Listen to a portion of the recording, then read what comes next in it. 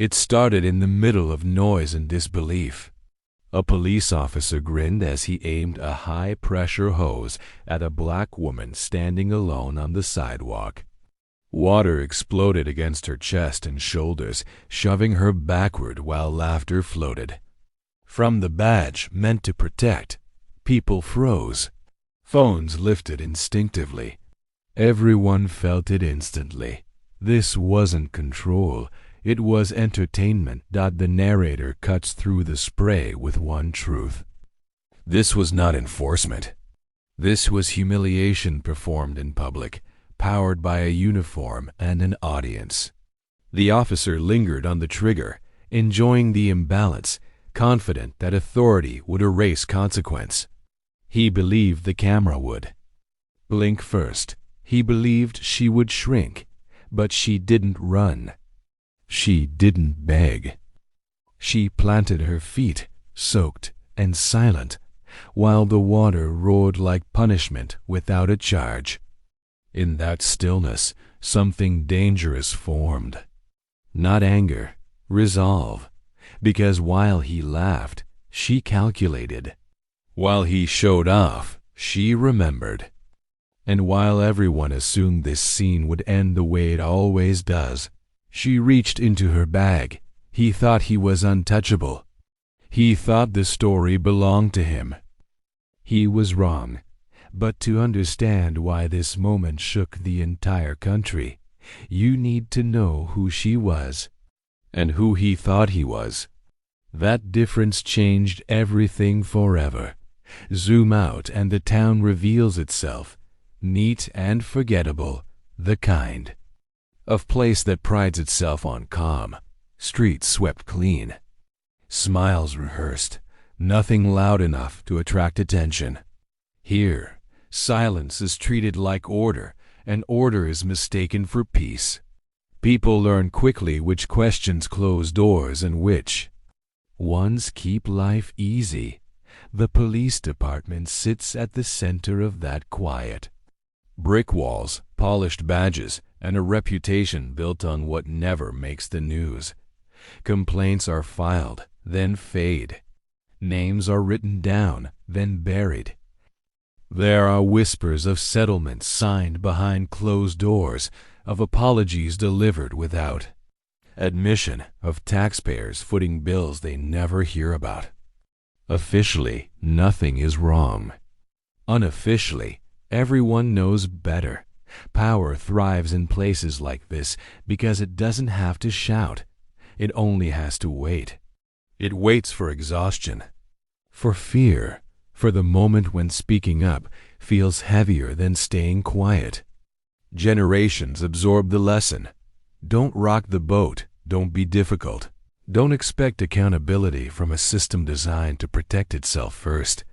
For outsiders, the town looks harmless. For those who live here, it feels like walking on glass you're told isn't there. Every interaction carries history. Every uniform carries memory.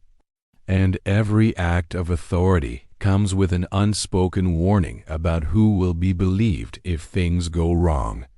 Officials called it professionalism. Locals called it survival, and everyone else learned to read between the lines where accountability thins out and patterns repeat without names, while silence keeps its grip on daily routines there still. That afternoon wasn't special on the calendar. No sirens, no headlines, no warning signs. Just another day in a town that had mastered forgetting. But on that street, under that quiet sky, two very different people were about to collide. She woke up that morning already tired, the kind of tired that sleep doesn't fix. Bills on the table, messages unanswered, a schedule that didn't leave. Room for drama. She stepped into the day with intention, not defiance, moving through a world that asks her to be smaller and quieter just to be left alone. She wasn't looking for confrontation. She was looking for space. Space to exist without. explanation, space to finish her errand, get home, and keep her life moving forward. Years had taught her how to stay composed when eyes lingered too long, how to swallow comments meant to test her patience, how to choose calm because calm kept her safe. That discipline didn't come from weakness. It came from experience. From learning that anger is often used against people like her, twisted into proof that respect was never deserved in the first place. So she carried herself carefully, dignity wrapped tight around every step, even when the world gave her reasons to drop it.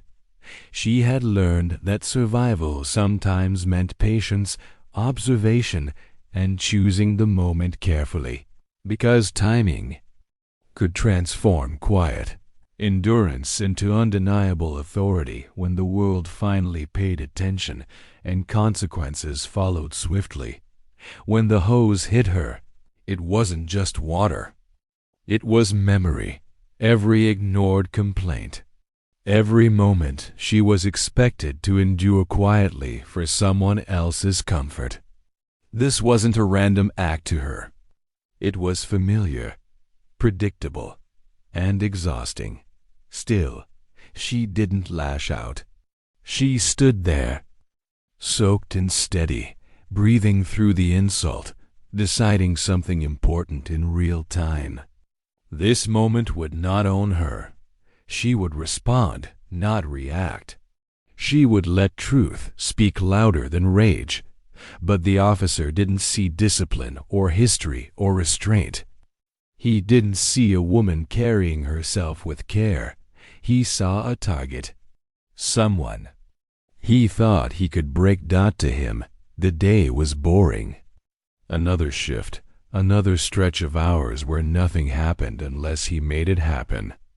Boredom mixed with entitlement is dangerous, especially when wrapped in a badge that rarely gets questioned. He had learned, over time, that authority didn't need justification here. It only needed confidence. He joked with colleagues, laughed too loud, performed toughness for anyone watching. Power, to him, was something you displayed, not something you protected. He knew the rules well enough to bend them and the system well enough to expect cover when things crossed a line. Experience had taught him that consequences were flexible, especially for people like him. The camera didn't worry him. Cameras never did. He assumed context could always be rewritten later, reports softened, narratives cleaned up. If it came down to his word versus hers, he already knew how that math usually worked. That assumption shaped every choice he made in that moment. Where she practiced restraint, he practiced dominance. Where she measured her breath, he measured reactions. Her silence read as permission. Her calm looked like compliance. He mistook dignity for weakness, composure for surrender. Because that misunderstanding had protected him before, this wasn't. Rage. It was casual cruelty, delivered without urgency, without fear. That's what made it worse. He wasn't losing control. He was enjoying it. Enjoying the imbalance. Enjoying the way authority insulated him from empathy. He had done this before, in different forms, testing limits, reading faces, learning exactly how far he could push before anyone intervened, before paperwork replaced people, before memory softened, before silence returned and reassured him that nothing truly followed the next time authority called him dot in his mind. This was just another forgettable encounter, another story that would dissolve into paperwork and routine.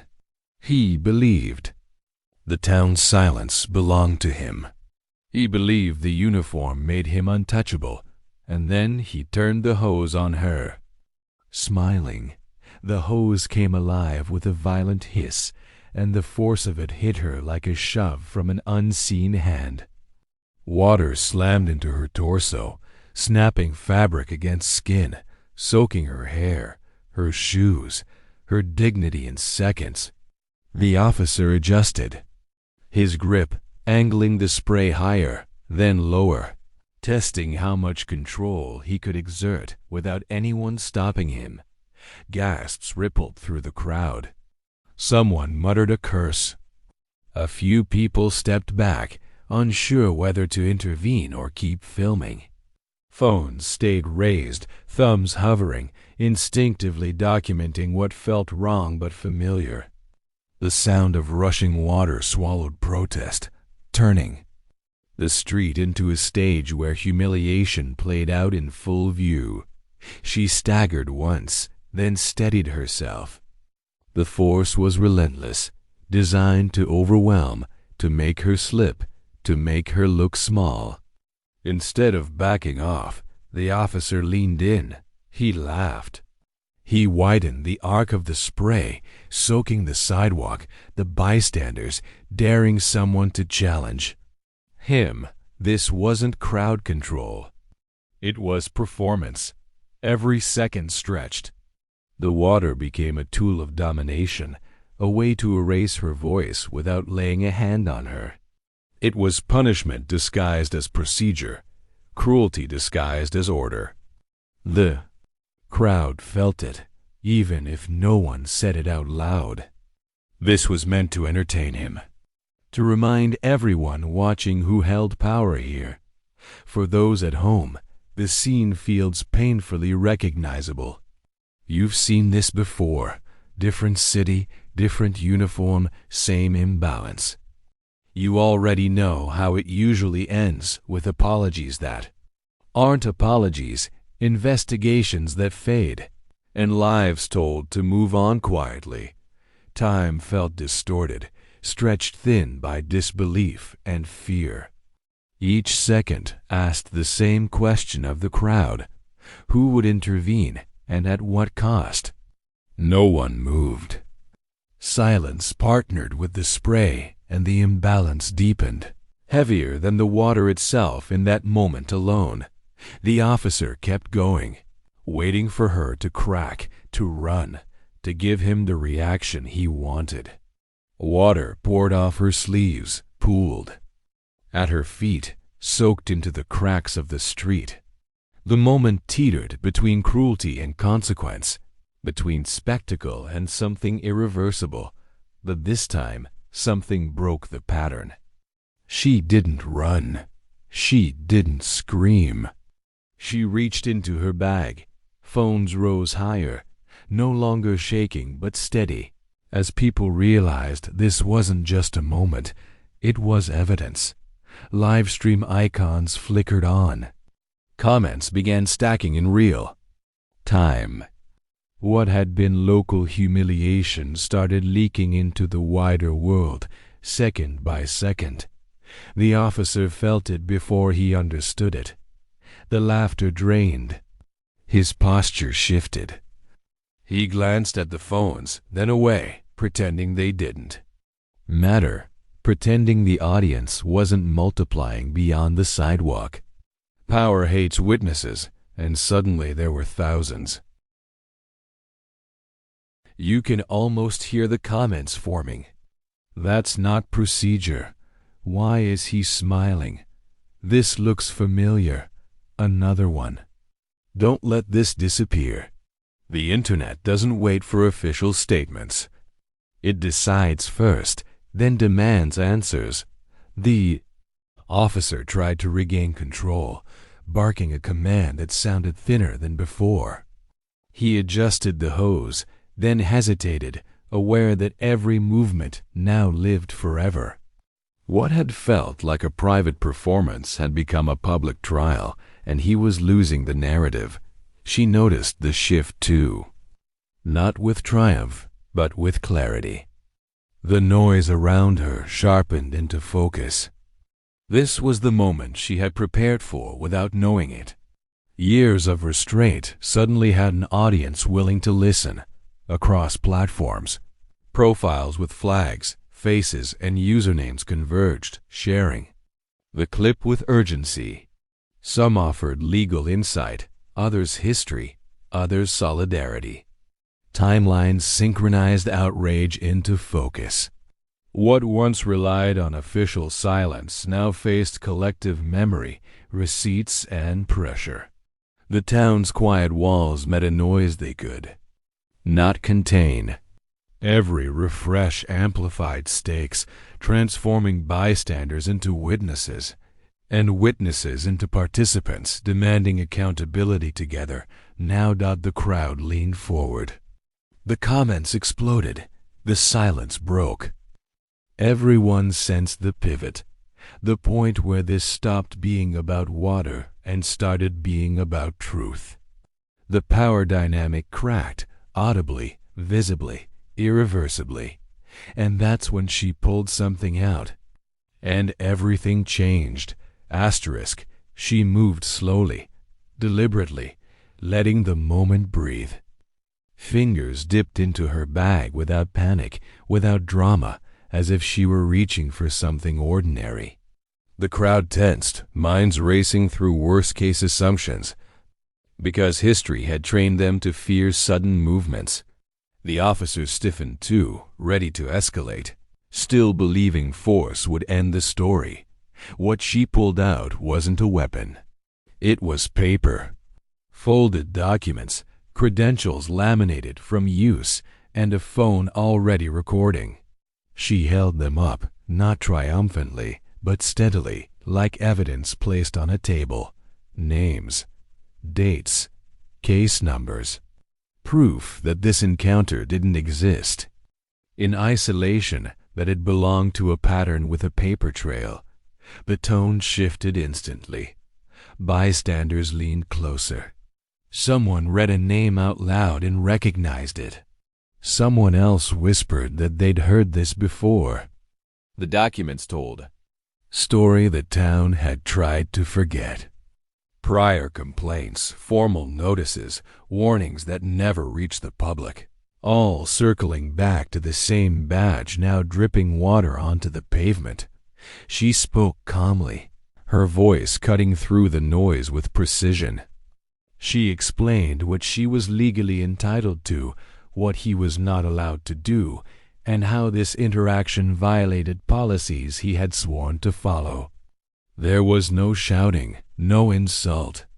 Just facts, delivered with the confidence of someone who had done the homework long before this day arrived. The live streams caught everything. Screens filled with screenshots and slowed clips, viewers connecting dots in real time. Comments shifted from outrage to recognition. This wasn't just abuse. It was documented misconduct. Truth, once exposed, spread faster than the spray ever could. The officer tried to interrupt, to reclaim authority with volume, but it sounded hollow. His posture shrank. His certainty cracked. For the first time, he realized this wasn't a moment he could rewrite later. This evidence would follow him, searchable and permanent, long after the water-dried power flipped without a sound. The uniform lost its magic. The crowd felt it, the internet felt it, and he felt it most of all. In that instant, dominance gave way to accountability, and arrogance met memory. Every assumption reversed itself in seconds, as authority bent under documentation. What had been dismissed as noise became undeniable signal, and the crowd sensed history clicking into place, realizing this proof carried weight beyond the street, beyond the town, beyond the moment, toward consequences no one could wash away. The laughter stopped. The crowd went silent, and the officer's face drained of color. The shift was immediate, visible in the way the officer's confidence collapsed into hesitation. His words tangled as he tried to explain, then undo what everyone had just watched. Commands softened into requests, requests into excuses, each one weaker than the last. He reached for procedure, for misunderstandings, for anything that might put the power back in his hands. It didn't work. Across the street and across the internet, people recognized the sound of a man losing control without losing his temper. He spoke faster, then slower, trying to sound reasonable, trying to sound kind. The performance had flipped, and now he was the one managing optics. She didn't interrupt him. She stood there, soaked and steady, letting the facts she held do the talking. Her voice stayed level when she responded, measured and precise, free of insult or threat. Each sentence landed cleanly, stripping away his options without raising her volume. This was dignity doing its quiet work. He tried to reframe the moment as concern, as safety, as a misunderstanding blown out of proportion. She answered with policy, dates, and the simple clarity of recorded truth. The crowd leaned in, sensing the balance tip further with every calm word. The hose hung useless at his side, a prop that no longer commanded fear. What authority remained drained from his posture, replaced by calculation and regret? She did not gloat. She allowed the truth to stand between them, immovable and complete. For the first time, he understood that control had changed hands.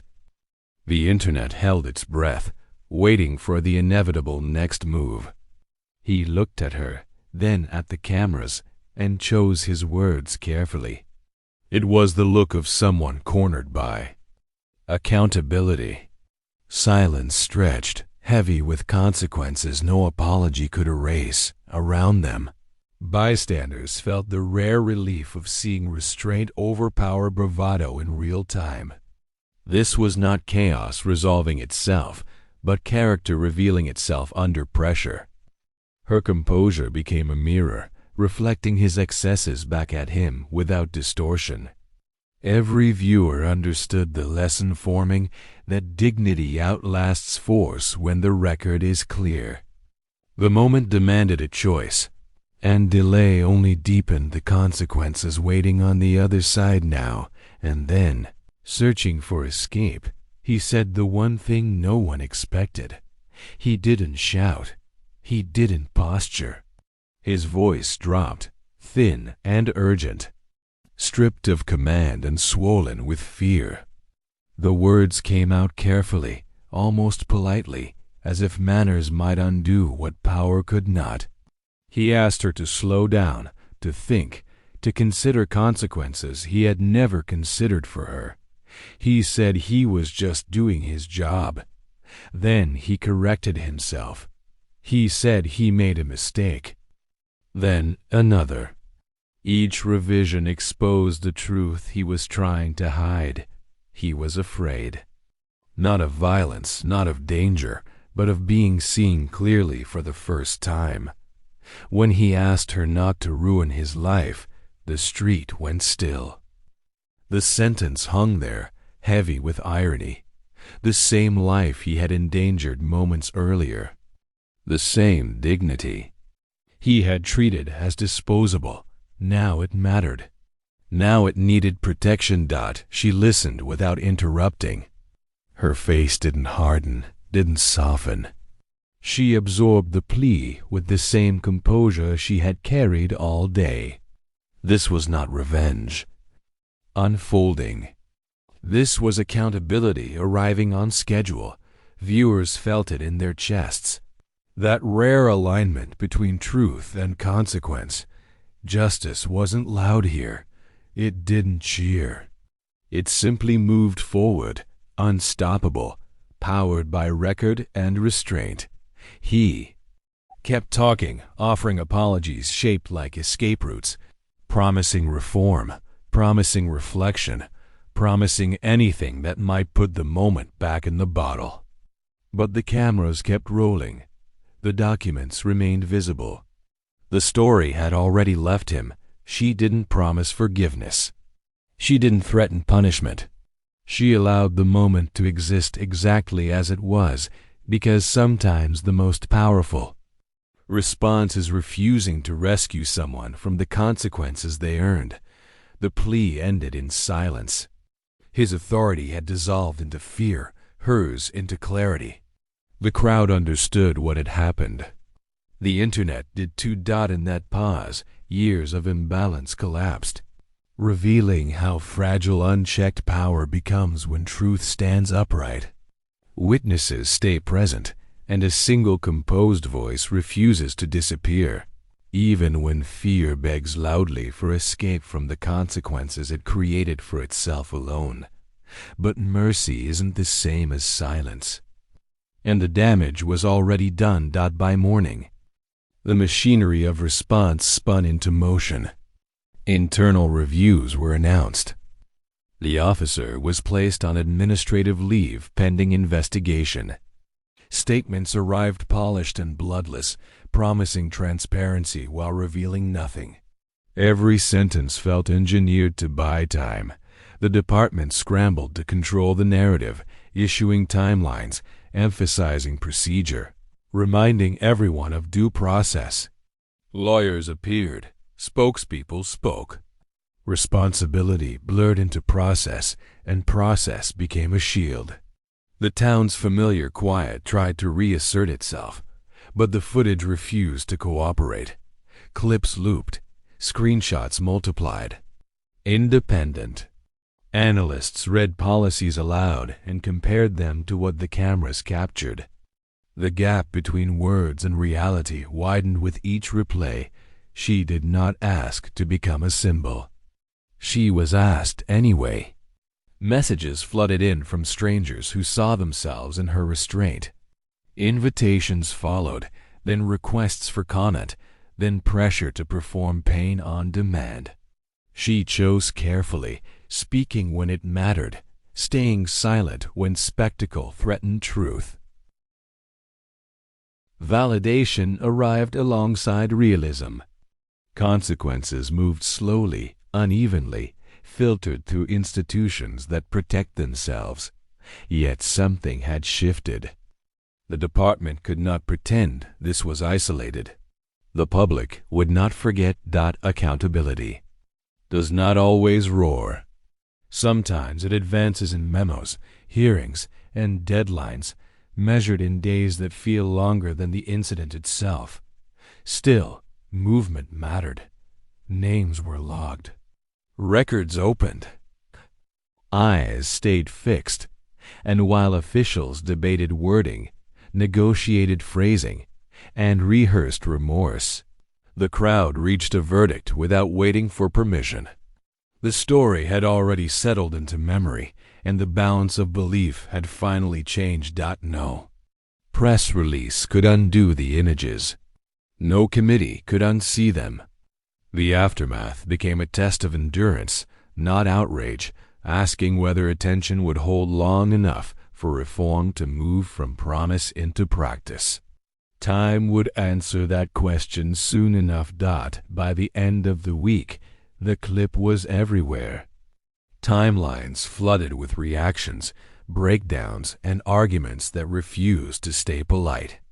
Think pieces unpacked power, race, and accountability. Short videos stitched the moment into history, placing it alongside names and scenes the country already carried in its memory. Support poured in from unexpected places. Elders recognized the posture of restraint. Young people recognized the fear of being misunderstood.